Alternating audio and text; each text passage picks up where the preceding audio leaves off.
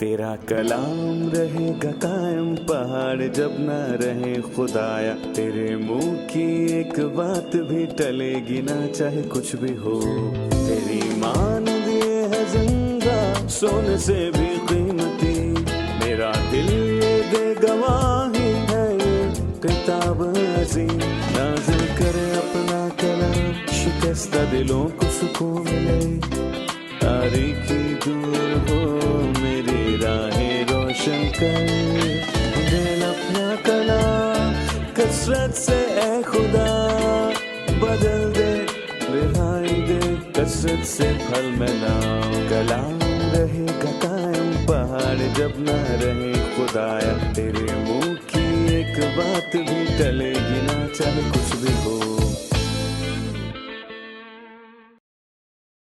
عزیز ناظرین، میں Ayad Zarif آپ تمام دیکھنے والوں کو ہمارے روز کے بائبلی مطالعاتی پروگرام کی نئی قسط میں خوش آمدید کہتا ہوں۔ ہم ایوب کی کتاب کا مطالعہ کر رہے ہیں جو عہد قدیم کی پہلی نظمی کتاب ہے، اور آج ہم آخری ابواب یعنی 40ویں، 41ویں اور 42ویں باب کا مطالعہ کریں گے۔ جیسا کہ آپ جانتے ہیں کہ آج کی قسط جو اس کتاب کی آخری قسط ہے، اس میں ہم جانیں گے کہ ایوب نے کیوں دکھ اٹھایا، کیوں خدا نے ایوب کو دکھ درد کے بھنور میں پھنسنے دیا، وہ اسے کس حقیقت سے واقف کروانا چاہتا تھا، اور خداوند کے حضور ایوب کا کیا رد عمل تھا۔ امید ہے کہ آج کی قسط میں آپ ہمارے ساتھ شریک ہوں گے، لہٰذا اپنی بائبل مقدس نکالیے اور ہمارے ساتھ مطالعے میں شریک ہوں تاکہ آپ اپنے گھرانے سمیت برکت پائیں، اور اس بابرکت کلام کو ان لوگوں کے ساتھ بھی بانٹے جو دکھ میں ہیں۔ پروگرام کے آغاز سے پہلے میں خدا کے خادمین کا خیر مقدم کرنا چاہوں گا۔ ڈاکٹر فیاض خوش آمدید۔ شکریہ بھائی۔ ڈاکٹر عادل خوش آمدید۔ بہت شکریہ۔ اور ساتھ ہی اسٹوڈیو میں آئے دیگر مہمانوں کو بھی خوش آمدید۔ ڈاکٹر فیاض، میں 40ویں باب کی چند آیات پڑھنے کے بعد آپ سے سوال پوچھوں گا۔ خداوند نے ایوب سے یہ بھی کہا، کیا جو فضول حجت کرتا ہے وہ قادر مطلق سے جھگڑا کرے، جو خدا سے بحث کرتا ہے وہ اس کا جواب دے۔ تب ایوب نے خداوند کو جواب دیا، دیکھ میں ناچیز ہوں، میں تجھے کیا جواب دوں، میں اپنا ہاتھ اپنے منہ پر رکھتا ہوں، اب جواب نہ دوں گا، ایک بار میں بول چکا، بلکہ 2 بار، پر اب آگے نہ بڑھوں گا۔ ڈاکٹر فیاض، ان آیات کے متعلق بتائیے۔ میں کہوں گا کہ جب خداوند طویل گفتگو کر چکا جو 2 حصوں میں تقسیم کی جاتی ہے، 38ویں اور 39ویں باب میں، تو یہاں میں کہوں گا کہ مجھے ایسا لگ رہا تھا کہ خدا ایوب کے جواب کا انتظار کر رہا تھا، لیکن میں ایوب کے احساسات کو محسوس کر سکتا ہوں۔ وہ اپنا چہرہ چھپانے لگا، اسے شرمندگی محسوس ہو رہی تھی، اور وہ خدا کے خلاف اس کے منہ سے نکلی ہوئی ہر بات پر افسوس کرنے لگا، اور مجھے لگتا ہے اس نے منہ پر خاک ڈالی اور شرمندہ ہوا۔ پر ہم دیکھتے ہیں کہ خدا نے اسے حوصلہ دیا اور اسے نرمی سے ملامت کی، پر اس نے اس کا مقابلہ کیا اور اس سے شکایت بھی کی۔ سو ایوب کو خدا کی ملامت اور نرمی دیکھ کے حوصلہ ملا، اور ایوب نے خدا کو جواب دیا اور بہت ہی سنجیدہ بات کہی۔ لیکن یہاں میں اپنے ناظرین کو یہ بتانا چاہوں گا کہ زمین پر اس کی طرح کامل اور راست باز بھی کوئی نہیں تھا۔ یہ وہی ہے جس کا تعارف 29ویں باب میں اس کے نیک کاموں کے حوالے سے دیا گیا، اور اس نے ان بدکاریوں کا حوالہ بھی دیا جو اس نے نہیں کی۔ یہ 31ویں باب میں ہے، جب وہ خدا کی حضوری میں کھڑا ہوا اور الیہو کے بات کرنے سے اس کی حالت ظاہر ہوئی۔ 38ویں اور 39ویں باب میں اس کا ذکر ہے۔ اس نے صحیح بات کہی جو خداوند چاہتا تھا کہ وہ محسوس کرے۔ اس نے کہا، دیکھ میں ناچیز ہوں، میں کیا جواب دوں؟ اور میں کہوں گا کہ ناچیز لفظ زور آور اور مؤثر ہے۔ ناچیز کا مطلب ہے کہ میں کچھ نہیں، میں بے وجود ہوں، پر صحیح جملہ یہ ہے کہ میں پست حال ہوں۔ اور پھر یہاں سے آگے وہ یہ بات کہتا ہے کہ یہ وہی بات ہے کہ وہ ہماری پست حالی کے بدن کی شکل کو بدلے گا۔ اور اس کا انگریزی میں ترجمہ ہے کہ I am low and cheap and dirty۔ اور یقیناً یہ خوفناک بات ہے، دراصل ہم کچھ بھی نہیں ہیں۔ وہ جس نے یہ کہا وہ کچھ نہیں، اس کی مانند روئے زمین پر کوئی نہیں تھا، اور مجھے یقین ہے کہ آج بھی اس کی مانند کوئی نہیں ہے، لیکن خداوند اسے اپنے مقام پر لانا چاہتا تھا کہ آپ نیک کاموں اور خود پر بھروسے کو ترک کریں، اور ہمیں اس کے ساتھ مل کر یہ کہنا ہوگا جس نے کہا، کیونکہ میں جانتا ہوں کہ مجھ میں یعنی میرے جسم میں کوئی نیکی بسی ہوئی نہیں۔ بھائی فیاض، میں 6 آیت سے 14ویں آیت کا مرکزی خیال جاننا چاہوں گا۔ یہ خداوند کی گفتگو کے دوسرے حصے کا ایک تعارف ہے، اور میں یہ کہنا چاہوں گا کہ خدا نے اس کے ساتھ اس طور پر بات کی جو بیک وقت کڑوا اور تنزیہ اور شاندار تھا۔ سو خداوند نے ایک بار پھر اسے کہا، مرد کی مانند کمر کس لے، یعنی کہ اپنی کمر باندھ لے۔ میں تجھ سے سوال کروں گا تو مجھے جواب دے گا، اور شاید تو اسے بدل سکے جو تو نے میرے بارے میں کہا۔ کیا تو مجھے مجرم ٹھہرائے گا تاکہ تو خود کو راست ٹھہرائے، یعنی کہ تو خود راست ٹھہر کر مجھے مجرم ٹھہرائے گا؟ اور پھر خداوند نے اس سے یہ الفاظ کہے، اس نے اس سے کہا کہ اگر تو میری عدالت کرتا ہے تو کیا تیرا بازو خدا کا سا ہے؟ اور کیا تو اس کی سی آواز سے گرج سکتا ہے؟ اب اپنے آپ کو شان و شوکت سے آراستہ کر اور عزت اور جلال سے ملبوس ہو جا۔ تو تخت پر بیٹھ اور خلقت کی عدالت کر۔ اور پھر کہتا ہے، اور کائنات پر اختیار رکھ، اپنے قہر کے سیلاب کو بہا، اور ہر مغرور کو دیکھ اور ذلیل کر، ہر مغرور کو دیکھ اور اسے نیچا کر، اور اس کائنات پر اختیار رکھ۔ کہ آ اور میری جگہ لے آ لے۔ اور میری جگہ لے، کیونکہ تو میری عدالت کرتا ہے۔ اور میں کہنا چاہوں گا کہ یہاں پر طنز بھی ہے، مگر وہ پاک، شاندار اور قابل قدر ہے۔ صحیح، ہم ایک وقفے کے بعد مہمانوں کے سوالات کے ساتھ حاضر ہوں گے۔ ناظرین، ایک چھوٹے سے وقفے کے بعد دوبارہ حاضر ہوں گے، ہمارے ساتھ رہیے۔ یہ سچ ہے کہ انسان خدا سے جدا ہوا، لیکن فاصلہ اس کی وجہ نہ تھا، نہ ہی یہ کہ خدا عظیم ہے اور ہم بے وجود ہیں، اور نہ ہی یہ کہ وہ لامحدود ہے اور ہم محدود، بلکہ ہمارے گناہ ہیں، اور آج خدا سے جدا رہنے کی کوئی ضرورت نہیں ہے، کیونکہ خدا نے مسیح کے وسیلے گناہ کا مسئلہ حل کر دیا، جس نے صلیب پر اپنی جان دی۔ مسیح آج بطور درمیانی خدا اور ہمارے درمیان موجود ہے، اور ہم مسیح میں خدا کے پاس آ سکتے ہیں اور اس تک رسائی پا سکتے ہیں۔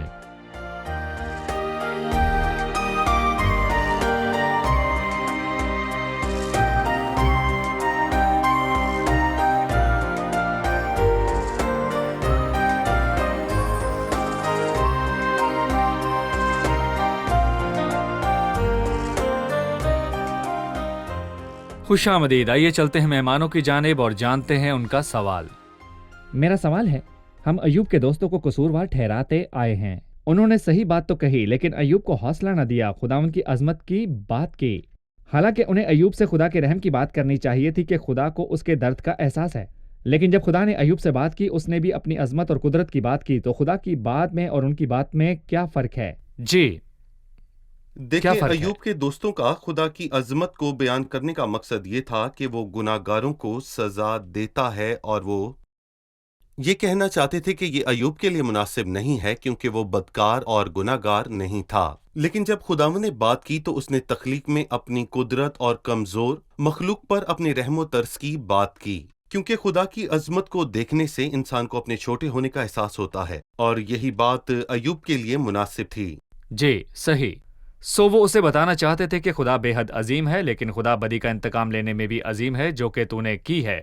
ایوب، خدا کہتا ہے میں عظیم ہوں، لیکن میرے کاموں کو دیکھ کے میں کیسے مخلوقات کا خیال رکھتا ہوں، اور میں اپنی تخلیق میں کیسا عظیم ہوں، اور اس ساری شان و شوکت کے ساتھ میں تیرے لیے ہوں۔ بالکل، خداوند مزید یہ کہتا ہے کہ بھلے ہی میں تجھے آزمائش سے گزرنے دیتا ہوں، اور میں نے تجھے شیطان کے ہاتھ میں دیا ہے، لیکن میں اختیار رکھتا ہوں، اور اسی حصے کو آج ہم تفصیل سے دیکھیں گے۔ صحیح۔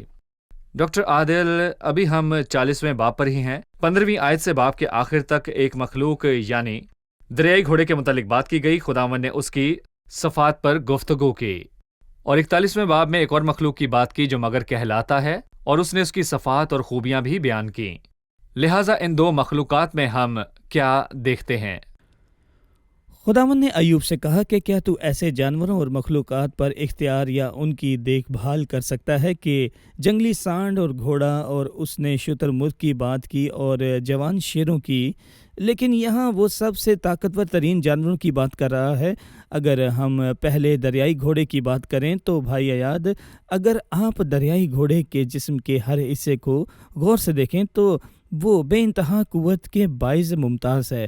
اس کی ٹانگیں زوردار ہیں، پٹھے مضبوط ہیں، دانت یہاں تک کہ دم بھی مضبوط ہے، اور ہر ایک عضو زوراور ہے۔ جب ہم مگرمچھ کی بات کرتے ہیں تو وہ بھی بہت زوراور جانور جس کے متعلق وہ بتاتا ہے، مثلا 26ویں آیت میں وہ کہتا ہے کہ کوئی بھی کسی ہتھیار اس کا شکار نہیں کر سکتا، اگر کوئی اس پر تلوار چلائے تو اس سے کچھ نہیں ہوگا۔ 7ویں آیت میں لکھا ہے کہ وہ لوہے کو بھوسا سمجھتا ہے اور پیتل کو گلی ہوئی لکڑی یعنی کہ وہ بہت زوراور مخلوق ہے۔ دریائی گھوڑا کیا ہوتا ہے؟ دریائی گھوڑا جہاں تک کہ ہمیں علم ہے پانی میں رہنے والی مخلوق ہے، جیسے ہپوپوٹیمس بھی کہتے ہیں، بہت زوراور جانور ہے، مگر کیا چیز ہے؟ لگتا ہے جیسے کہ یہ مخلوق ناپید ہو چکی ہے۔ دنیا سور یا مگر جو جانور ہے جو اس سے ملتا جھلتا یا قریب ترین ہے، جیسا کہ میں نے کہا کہ یہ دو جانور بے حد طاقت کے باعث ممتاز ہیں۔ یہ ممتاز ہیں کیونکہ انہیں کوئی انسان اپنا پالتو بنا کر نہیں رکھ سکتا۔ اگر ہم ان کی علامتی پہلو کو دیکھیں تو ہم کہہ سکتے ہیں کہ دریائی گھوڑا یا مگر شیطان کو ظاہر کرتے ہیں۔ پہلے تو وہ طاقت کے حوالے سے شیطان کو ظاہر کرتے ہیں کیونکہ شیطان طاقتور ہے۔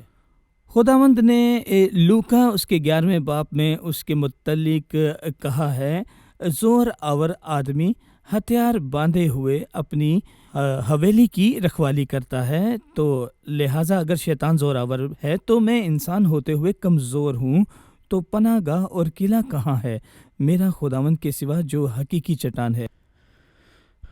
شیطان زور آور ہے، لیکن دوسری جانب سے انسانوں میں سے کوئی شیطان کو پالنے کے قابل نہیں ہوا، کوئی اسے شکست نہیں دے سکتا۔ ابراہم جو ایمانداروں کا باپ ہے، شیطان نے اس سے بھی جھوٹ بلوا دیا۔ زبور نویس اور بادشاہ داؤد، شیطان نے اس سے زنا کروایا۔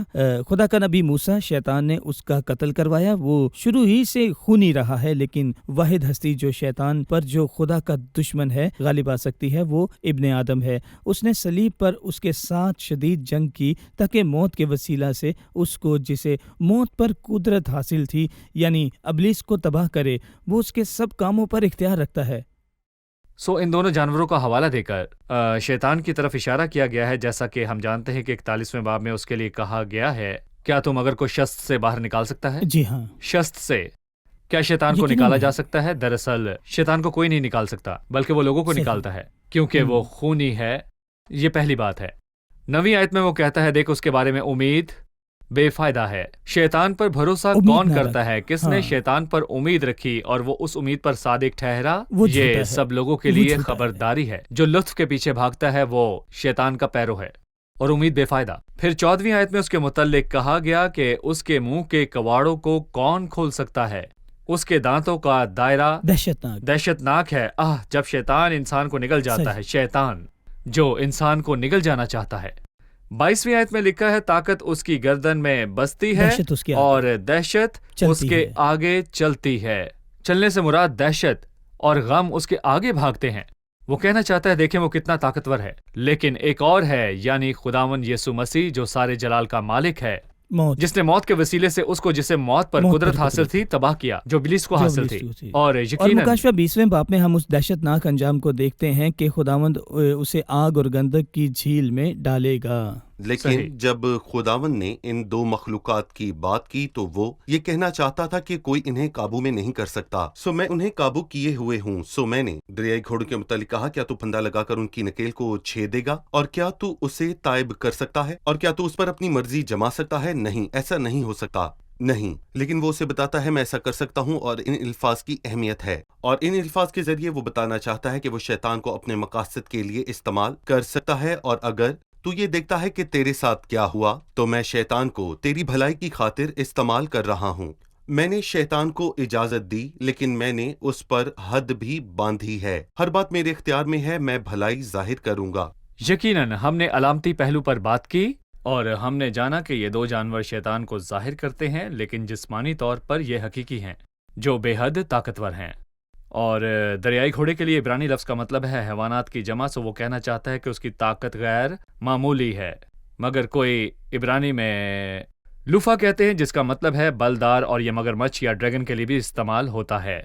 اور ہم نے یہ بھی جانا کہ یہ شیطان کی طرف اشارہ ہے، بلدار سانپ، یہ وہ جانور ہے جس کے پاس مافوق الفطرت طاقتیں ہیں، بہت بڑے ہیں، اور اس سے خداوند کی مراد یہ ہے کہ یہ بہت طاقتور ہے یا اس کی طاقت بہت بڑی ہے، لیکن خداوند ان سب پر اپنا اختیار رکھتا ہے۔ ڈاکٹر فیاض، آخری باب میں جی 42واں باب، جی ایوب نے خداوند کو جواب دیا۔ ایوب نے خداوند سے کہا، ایوب نے خدا کی پہلی گفتگو کے بارے میں کہا کہ میں ناچیز ہوں اور میں تجھے کیا جواب دوں، اور پھر خداوند نے 40ویں اور 41ویں باب میں گفتگو کی اور پھر خاموش ہو گیا۔ اور ایوب نے خداوند کی گفتگو کے جواب میں ایک بات کہی جو بہت ہی سنجیدہ ہے۔ میں جانتا ہوں کہ تو سب کچھ کر سکتا ہے اور تیرا کوئی ارادہ رک نہیں سکتا، اور میں کہوں گا کہ اسے محسوس ہوا کہ وہ غلط ہے کیونکہ وہ بنا عالم کی عدالت کی بات کر رہا تھا۔ لیکن اس نے ایک جملہ کہا، اس نے کہا، نہیں اے خداوند، تو نے مجھ سے دوبارہ کہا کہ ایوب میں تجھ سے سوال کروں گا تو مجھے جواب دے۔ نہیں اے خداوند، ایسا نہیں ہے، میں تجھ سے سوال کروں گا اور تو مجھے جواب دینے والا ہے، اور تیرا اصل مقام یہی ہے۔ لیکن اب میں نے تجھے دیکھ لیا ہے، میں نے تیری خبر کان سے سنی تھی، اور ان سب کاموں کا نتیجہ یہ نکلا کہ بالآخر میں تجھے دیکھتا ہوں۔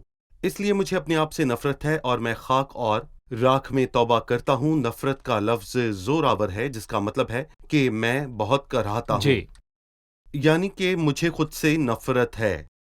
ایوب خود پر فخر کرتا اس تھا، نے خود کو تلاش کر لیا۔ لیکن اس نے کہا کہ میں غلط تھا، مجھے اپنے آپ سے نفرت ہے اور میں اپنے آپ سے نفرت کرتا ہوں۔ اور توبہ کی توبہ کس بات سے؟ لیکن ایوب بڑے واضح الفاظ میں یہاں پر کہتا ہے کہ میں نے خود پر بھروسہ کرنے سے توبہ کی، کیونکہ میں نے خود پر بھروسہ کرنے سے خود کو ناراست جانا، اور میں اس سے توبہ کرتا ہوں، اور اس کا نتیجہ یہ ہوا کہ یہ سب کچھ ہونے کے بعد میں خود کو جان گیا ہوں۔ تو اچھا یہ ہے کہ میں خود کو خدا کے حضور خاک اور راکھ میں ڈالوں۔ انسان کا یہی مقام ہے، اور میں خود کو راکھ میں ڈال کر کہوں میں کسی لائق نہیں، اور وہ اس سے کہتا ہے کہ ہاں یہی راست بازی کی شروعات ہے کہ خود کو جانے۔ تو خود کو میرے حضور اپنے کاموں کے وسیلے سے راست نہ ٹھہرا، بلکہ میں خود الہی راست بازی کے وسیلے تجھے راست ٹھہراؤں جس کے بغیر آدمی ثابت قدم نہیں۔ اور یہاں سے ایوب کی زندگی میں برکتوں کی شروعات ہوئی۔ جب اس نے جانا کہ اس کے اندر ایک بھیانک برائی تھی، سو اس نے اپنا انکار کیا اور الہی راست بازی کے لیے اپنے دل میں جگہ بنائی۔ اس نے باہری راست بازی اور نیک اعمال کے لباس کو اتار پھینکا۔ ڈاکٹر عادل 7ویں، 8ویں اور 9ویں آیت میں لکھا ہے، اور ایسا ہوا کہ جب خداوند یہ باتیں ایوب سے کہہ چکا تو اس نے ایلفز تیمانی سے کہا کہ میرا غضب تجھ پر اور تیرے دونوں دوستوں پر بھڑکا، کیونکہ تم نے میری بابت وہ بات نہ کہی جو حق ہے، جیسے میرے بندہ ایوب نے کہی۔ پس اب اپنے لیے 7 بیل اور 7 مینڈھے لے کر بندہ ایوب کے پاس جاؤ اور اپنے لیے سوختنی قربانی گزرانو، اور میرا بندہ ایوب تمہارے لیے دعا کرے گا، کیونکہ اسے تو میں قبول کروں گا، تاکہ تمہاری جہالت کے مطابق تمہارے ساتھ سلوک نہ کروں، کیونکہ تم نے میری بابت وہ بات نہ کہی جو حق ہے، جیسا میرا بندہ ایوب نے کہی۔ سو ایلفز تیمانی اور بلدد سوخی اور زوفر نماتی نے جا کر جیسا خداوند نے ان کو فرمایا تھا کیا، اور خداوند نے ایوب کو قبول کیا۔ ان آیات پر اپنی رائے دیجیے۔ خداوند کو ایوب کی اس بڑی حقارت کو دور کرنا تھا جو اس کے دوستوں نے کی تھی۔ انہوں نے اس شدید توہین اور گفتگو میں بڑی حقارت کی، سو خداوند ایوب کے وقار کو بحال کرنا چاہتا تھا۔ اس نے الفیر تیمانی سے مخاطب ہو کر کہا کہ الفیر تیمانی تو ان سب سے بڑا تھا۔ اس نے گفتگو کا آغاز بھی کیا تھا، سو خداوند نے اس سے 7 بیل اور 7 مینڈھے لانے کو کہا، جبکہ وہ تو 3 تھے۔ اس نے 3 مینڈھے اور 3 بیل کیوں لانے کو کہا؟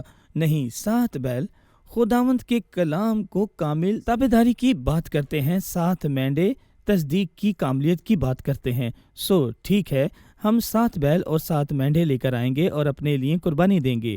خداوند نے کہا، نہیں، تم 7 بیل اور 7 مینڈھے لے کر آؤ، قربانی ایوب گزرانے گا اور میرا بندہ ایوب تمہارے لیے دعا کرے گا۔ در حقیقت مجھے خداوند کا ایوب کے وقار کو بحال کرنا بہت پسند آیا ہے۔ اگر آپ کو یاد ہو کہ ماضی میں بھی اس نے ابراہم کے ساتھ ایسا ہی کیا، جب وہ جرار میں غلط تھا۔ پیدائش 20 باب میں وہ غلطی پہ تھا، لیکن خداوند نے اس شخص ابی ملک سے کہا ابراہم کو دعا کرنے دے، کیونکہ وہ نبی اور تیرے لیے دعا کرے گا۔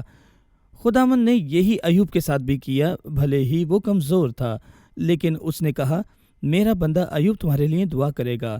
میں سوچتا ہوں کہ وہ منظر کیسا ہوگا جب ایوب کے ساتھ جب وہ جمع ہوں گے، لیکن ان کی آنکھیں بیلوں اور مینڈوں پر اور قربانی پر ہوں گی۔ میں کہہ سکتا ہوں کہ جب آنکھیں قربانی پر ہوں تو جھگڑے ختم ہو جاتے ہیں، جبکہ ہماری آنکھیں مسیح مصلوب پر لگی ہیں۔ ہمارے درمیان کوئی تنازعات نہیں ہوں گے، بلکہ ہم ایک دوسرے سے محبت رکھیں گے۔ اور یہاں آخری بات، جب اس نے کہا میرا بندہ ایوب، خداوند نے اس بات میں ایوب سے پیار دکھایا۔ شکریہ۔ آئیے لیتے ہیں ایک وقفہ، اس کے بعد ڈاکٹر فیاض سے 10ویں آیت تا 17ویں آیت پر رائے جانیں گے کہ آخر کیسے ایوب نے برکتیں ہی برکتیں پائیں۔ ناظرین، ملتے ہیں ایک چھوٹے سے وقفے کے بعد، ہمارے ساتھ رہیے۔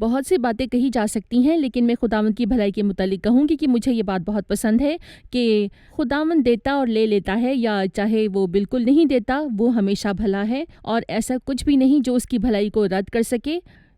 جب وہ دیتا ہے تو اچھا ہے، اور جب وہ لیتا ہے تو اچھا ہے۔ اچھا ہے کہ وہ کھولتا اور ہم داخل ہوتے ہیں، اور اچھا ہے جب وہ بند کر لیتا ہے۔ خداوند کی رحمت ہمیں ہر نقصان سے بچائے رکھتی ہے۔ جی صحیح، شکریہ، خداوند آپ کو برکت دے۔ مجھے اس کتاب کے مطالعے میں آپ کے ساتھ بہت لطف آیا۔ خادمین کا بھی بہت شکریہ، شکریہ۔ خداوند آپ کو بھی برکت دے۔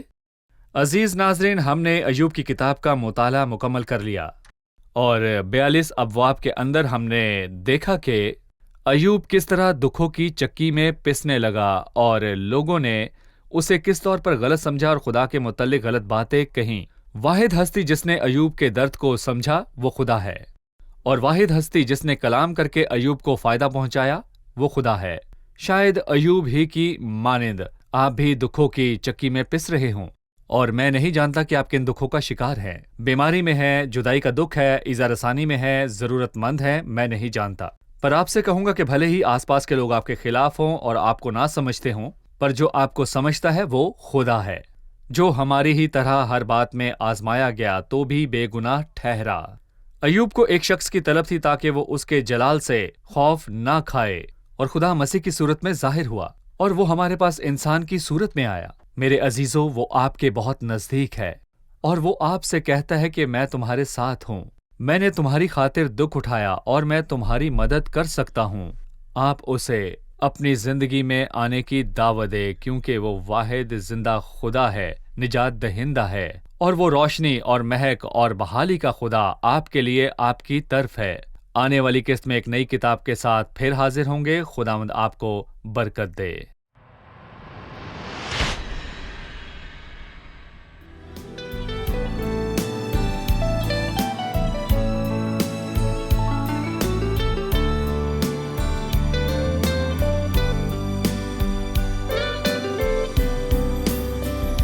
وفي ضيقتك دايما بتضايق، وفي حزنك انا بيك دريان، بس في حبي هفك وبارك وهنجي كل الايام، زي ما ابن ابوه بيشيله طول السكه لو تعبان، انت في حضني يا ابني مكانك، وفي قلبي رحمة وإحسان، هضمن راحتك طول أيامك، شبعك بيا وعندي خلاص، مهما الواقع بان قدامك، أعلن ثقتك فيا أساس، هضمن راحتك طول أيامك، شبعك بيا وعندي خلاص،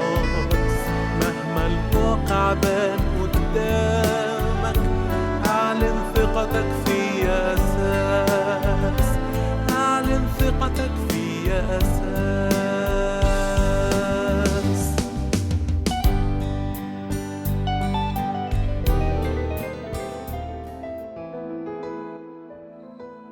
تیرا کلام رہے گا قائم پہاڑ جب نہ رہے خدایا، تیرے منہ کی ایک بات بھی ٹلے گی نہ چاہے کچھ بھی ہو، تیری مان دیے ہے زندہ سونے سے بھی قیمتی، میرا دل یہ دے گواہی ہے یہ کتاب عظیم، نازل کرے اپنا کلام شکستہ دلوں کو سکون ملے، تاریکی دور ہو میری راہیں روشن کر، دل اپنا کلام کثرت سے اے خدا بدل دے، رہائی دے کثرت سے پھل ملا، کلام رہے گا قائم پہاڑ جب نہ رہے خدایا، تیرے منہ کی ایک بات بھی ٹلے گی نہ چاہے کچھ بھی ہو۔